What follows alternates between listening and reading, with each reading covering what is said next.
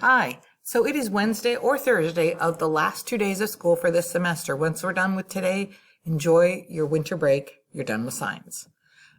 Grades are finalized and turned in by the teachers Thursday night, Friday morning. And look for your report cards in the mail or check for them on home access once they're posted. So our first two now is, would you rather have hot apple cider or hot chocolate? You're going to do this in Schoology. And then B is, would you rather see Elf or How the Grinch Stole Christmas? Both classics in their own way. So today you're going to make scientific observations about my hot chocolate and relate them to prior knowledge.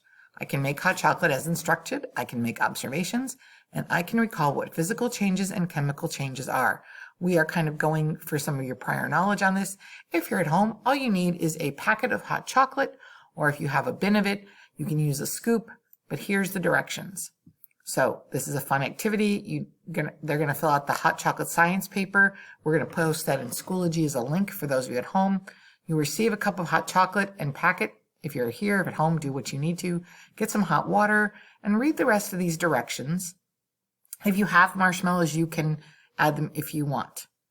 So on this slide is some of the answers. So you can look at these answers. These are going to be on a sheet for you. And then we're going to look at these. Again, Google is your friend for this activity. So you're going to look at these. What happens to the kinetic energy as each substance changes? Does it increase or decrease as the steam rises? So you're going to say increase or decrease, increase or decrease. Energy often flows with heat, which is called thermal energy. So we're just kind of doing a recall here. And then what kind of change is occurring? Is it physical or chemical? And you just put a P or a C on those. Then when you're done with that, you're invited to watch the Home Alone myth testing Christmas movies. So we're going to be trying to myth bust some of our favorite myths from holiday movies. All right. And then our exit ticket is, which one was your favorite?